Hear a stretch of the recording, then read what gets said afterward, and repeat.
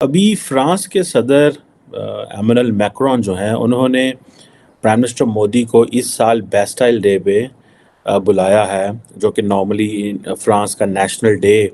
सबसे पहले जो हमें माइंड वॉश किया जाता है, इंडिया हमारा दुश्मन है। कश्मीर के मामले पे आपको अंदाजा होगा कि ये चीज़ हमें सिखाई जाती है। और आप यकीन माने, मेरे बच्चे स्कूल से आके सबसे पहली बात उन्होंने भी ये कि हालांकि मैंने उनको घर पे ये नहीं सिखाया था, तो मेरे बच्चों ने आके ये कहा था कि इंडिया की कोई बात हो तो वो तो हमारे दुश्मन है। यूएसए ने जो है वो डिक्लेयर कर दी है दिवाली के दिन को जो है एज अ नेशनल हॉलीडे। मतलब इतनी नफरतें हैं ना फखर साहब, हर हर हर स्टेप पे में नफरत सिखाई जाती है। शहबाज शरीफ ने इरादा किया है कि वो नरेंद्र मोदी जी से मिलने के लिए हिंदुस्तान आएंगे। तो अभी प्राइम मिनिस्टर मोदी को as a guest of honour जो है वो नेशनल डे की परेड के ऊपर बुलाया है। आप ये इमेजिन करें, एक साउथ एशियन मुल्क का प्राइम मिनिस्टर जो है, जो कि कॉलोनी रहा है ग्रेट ब्रिटेन की, वो जा रहा है as a national day guest के तौर पे। यूरोप से किसी को नहीं लिया। क्योंकि मैं जितना मैंने पढ़ा है ना, 2 जमातें जो भी मैंने 4 पढ़ी हैं, तो जी। मैंने इतनी नफरतें सीखी है ना,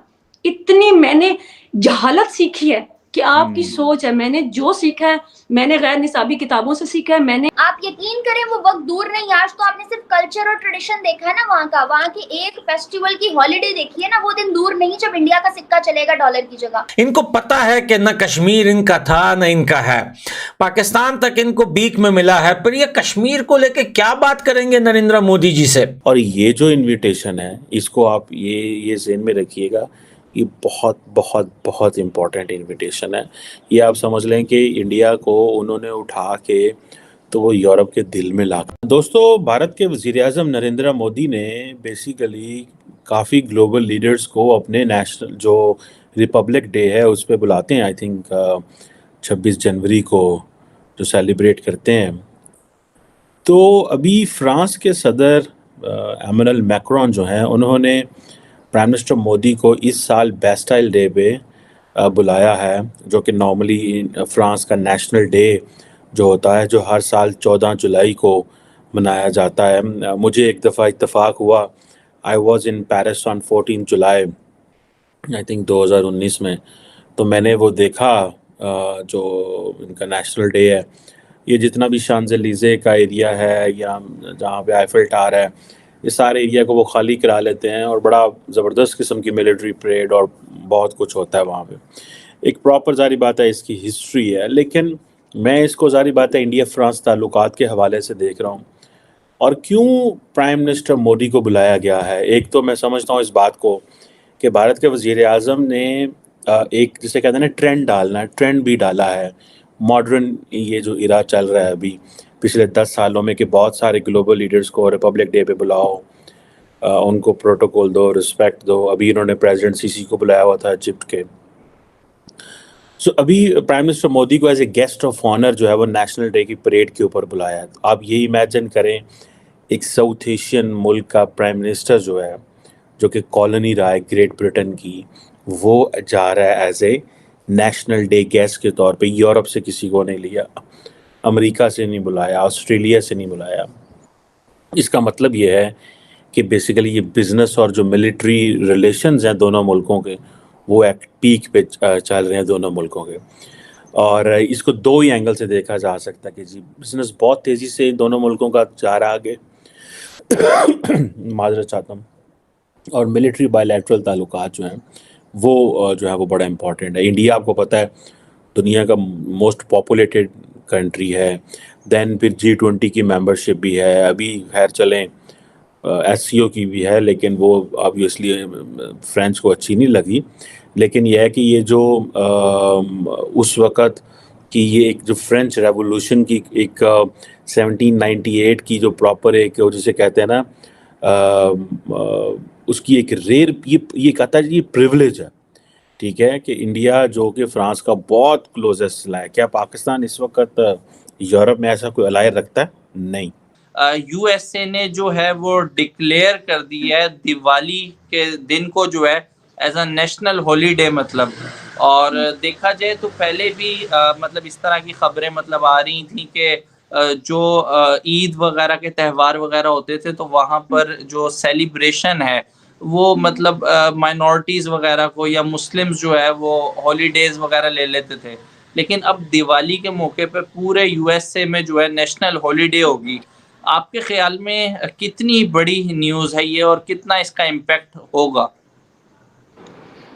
ओके अली, बहुत ही अच्छा सवाल है आपका। आपने इस चीज़ को रेज़ किया। मुझे लगता है कि बीइंग अ पाकिस्तानी हमें दूसरों के ऐसे सवालों को उठा के ना कि हम क्रिटिसाइज़ करें कि क्यों हुआ, कैसे हुआ, कब हुआ, नहीं होना चाहिए था, बल्कि हमें सीखना चाहिए कि यार एक चीज़, एक कंट्री जो है वो किसी भी कल्चर को, ट्रेडिशन को, फेस्टिवल को ना सिर्फ अपने मुल्क में प्रमोट कर रही है बल्कि वर्ल्ड वाइड उसको रिस्पेक्ट करवा रहे हैं वो लोग। अभी रिसेंटली आपने देखा होगा हमारे पास एक न्यूज़ आई थी कि यूके के अंदर इंडियन फ्लैग को थोड़ा सा डिसरिस्पेक्ट किया गया था, जिसके ऊपर बहुत बड़ा इशू क्रिएट कर दिया गया था।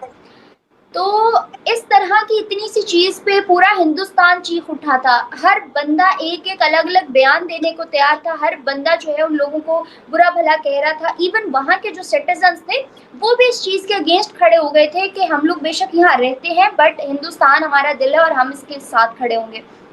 बकायदा एक बड़ा फ्लैग भी जो है वो एम्बेसी के ऊपर फिर बाद में लगाया गया था और एक कॉल के ऊपर कितने इंडियंस वहां पर जमा हो गए थे।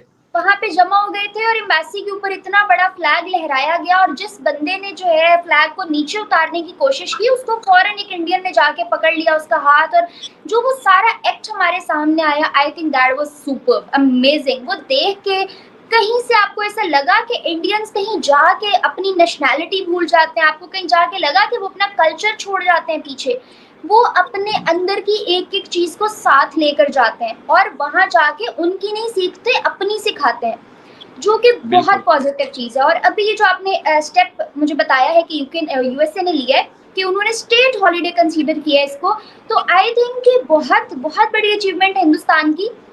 अगर आज भी आप हिंदुस्तान का मुंबई एयरपोर्ट बना है, आप वहाँ विजिट करें, तो मैंने भी खैर लाइव तो विजिट नहीं किया है बट अली ऑनेस्टली स्पीकिंग उनके मैंने वीडियोस देखी हैं, उनके मुंबई एयरपोर्ट के अंदर जो इंग्रेविंग और कार्विंग हुई हुई है वो उनके कल्चरल चीज़ों की हुई हुई है। वहाँ पे उनका पूरा कल्चर और ट्रेडिशन दिखाया गया है। आप खुद देखो कि हमारे यहाँ म्यूजियम्स में से चीज़ें उठाई जाती हैं और उनके यहाँ जो लेटेस्ट भी बन रही हैं उनके अंदर भी उनका कल्चर इंट्रोड्यूस करवाया जा रहा है। और आप यूएसए की बात करें, यूएसए तो वैसे ही अच्छे जो है ना बॉन्ड्स टाई करना चाहता है इनके साथ। अगर आप बात करें रशिया की, अगर आप बात करें बाकी तमाम कंट्रीज की, इवन मुस्लिम कंट्रीज भी इतना ज़्यादा प्रायोरिटाइज कर रही हैं इस वक्त करंट सिनेरियोज में इंडिया को, and what's the reason behind. अगर मैं ये सारी बातें आपके अलावा किसी पाकिस्तानी के सामने करूँगी ना, ही और शी विल मस्ट कंसीडर के yes, you are मतलब Indian side YouTuber ना, you have viewership from India, that's why you are saying this, but no, not at all, it's not because of that। हम लोग कबूतर की तरह बिल्ली को देख के आंखें बंद नहीं कर सकते। we have to own reality।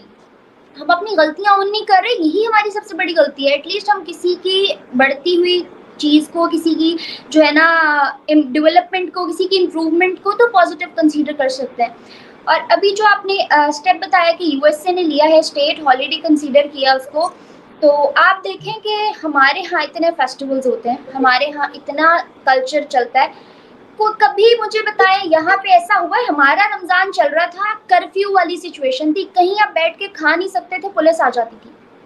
अभी ऐसा सिनेरियो यहाँ लाहौर में चल रहा था। बट कभी आपको कानो कान खबर हुई है कि यहाँ क्रिश्चियंस का जब रमजान चलता है, वो लोग रोजा रखते हैं, तो उनको हमने कभी प्रायोरिटाइज किया, हमें पता भी नहीं होता चल रहा है। कभी हिंदू जब व्रत रखते हैं, बेशक बहुत कम रेशो के हिसाब से, कभी आपको पता चला है कि उनको हमने इस तरह से प्रायोरिटाइज किया है?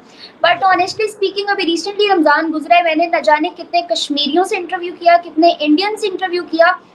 दिल्ली की एक बहुत बड़ी मस्जिद है, I just forgot it's name, वहाँ पे हिंदू लोग इफ्तारियाँ करवा रहे थे, हिंदू लोग इतना एहतमाम कर रहे थे, फ्री इफ्तारियाँ करवाई जा रही थी। मैंने उस वीडियो पे रिएक्ट किया एंड इट वाज अमेजिंग।